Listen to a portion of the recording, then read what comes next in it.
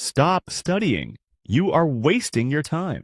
If you're studying the way most students do, you're probably wasting 80% of your time, and you don't even realize it. Ever spent hours cramming only to forget everything in the exam? Most students learn how to study the right way too late. But by the time you finish this video, you'll know how to study effectively and save yourself years of frustration. Imagine you're trying to fill a bucket with water, but there are holes everywhere. No matter how much you pour in, most of it leaks out. Frustrating, right? Well, that's exactly what most students do when they study. They spend hours trying to absorb information, but their brains don't retain much of it. And the worst part, they don't even realize it's happening. Now, let's talk about the biggest mistakes that are making your study sessions almost useless. Mistake 1. Highlighting and rereading. Most students think highlighting their textbooks and rereading notes will help them remember the material. But here's the shocking truth. Studies show that rereading has a retention rate of only 10%. That means if you reread a chapter today, by next week, you'll forget 90% of it. It feels productive because your brain recognizes the words on the page. But recognition is not the same as understanding or memorization. Think about it. If you keep watching the same movie over and over, does that make you an expert on filmmaking? No, you're just getting familiar with the story. And that's exactly what happens with passive rereading. Mistake 2. Cramming last minute. Let's be real. We've all crammed for a test at some point. Staying up all night, drinking way too much coffee, and stuffing information into our brains like it's a suitcase we're sitting on, just to close. But cramming doesn't work long term. Sure, you might remember some of it for the test tomorrow, but within a few days, most of that information is gone. Poof. Here's why. Your brain treats crammed information like junk mail. It throws it away because it knows you don't really need it. You're just forcing it in without giving your brain a reason to hold on to it. And if you think, well, I only need to remember it for the test, here's a hard truth. The students who actually master the material will always outperform you in the long run, whether it's in class, in college, or in their careers. Mistake 3. Studying passively. Another massive mistake? Studying passively, meaning you just read, watch, or listen without actually doing anything with the information. Imagine you want to learn how to swim. Would you read a book about swimming and then jump into a pool expecting to be an expert? Of course not. You'd drown. Yet, when it comes to studying, most students do exactly that. They read the textbook, watch a lecture, and assume they've learned the material, but unless you engage with the information by testing yourself, teaching it to someone else, or practicing, it won't stick. Now that you know these mistakes, how do you actually study the right way? That brings us to the game-changing shift.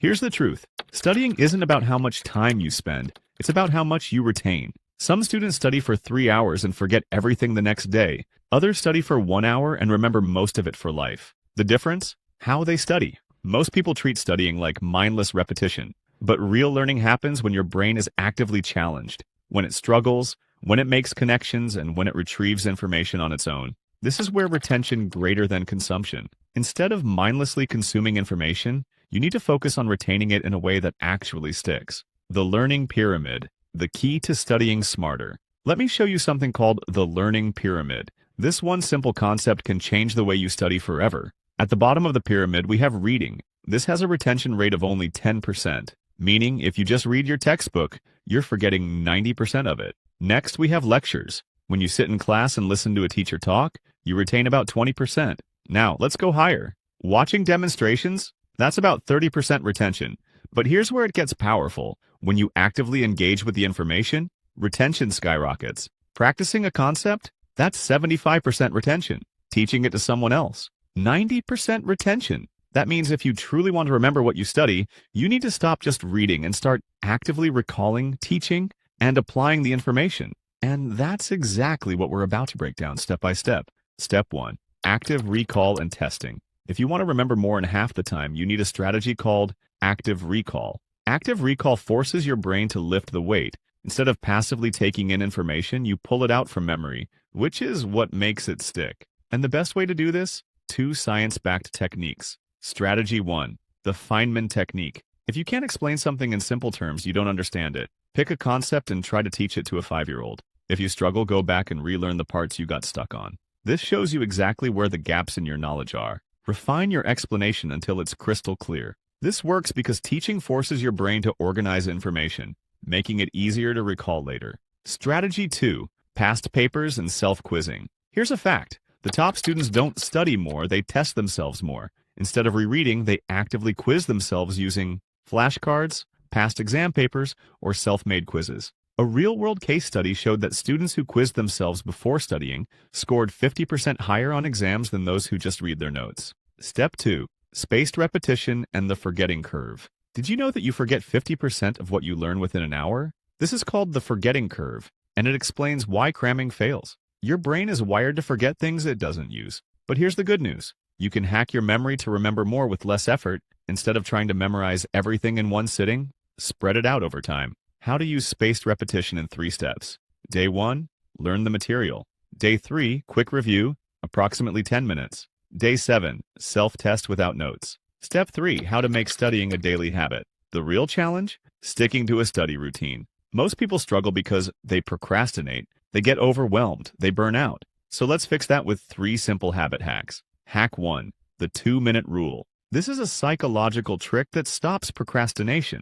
Instead of telling yourself, I have to study for an hour, tell yourself, I'll just read 1 page, or I'll just do 1 flashcard. Once you start, your brain shifts into might as well keep going mode. Hack 2, habit stacking. Attach studying to a routine you already do. After brushing your teeth, review 1 flashcard. After breakfast, do a 5-minute quiz. After dinner, summarize 1 concept in your own words. By linking it to an existing habit, it becomes automatic, just like brushing your teeth. Hack 3, avoid burnout with the Pomodoro technique. If studying feels like a marathon, your brain will resist. Instead, use the Pomodoro technique. 25 minutes of deep focus, 5-minute break. Repeat 4 times, then take a longer break. Now here's the hard truth. Even the best study techniques won't help you if you don't use them consistently. Most students cram for hours the night before and wonder why they forget everything. But the real secret? Small daily effort beats last-minute panic every single time. If this helped, hit like and subscribe so you never miss a game-changing tip. Good luck with your studies. Now, go crush it.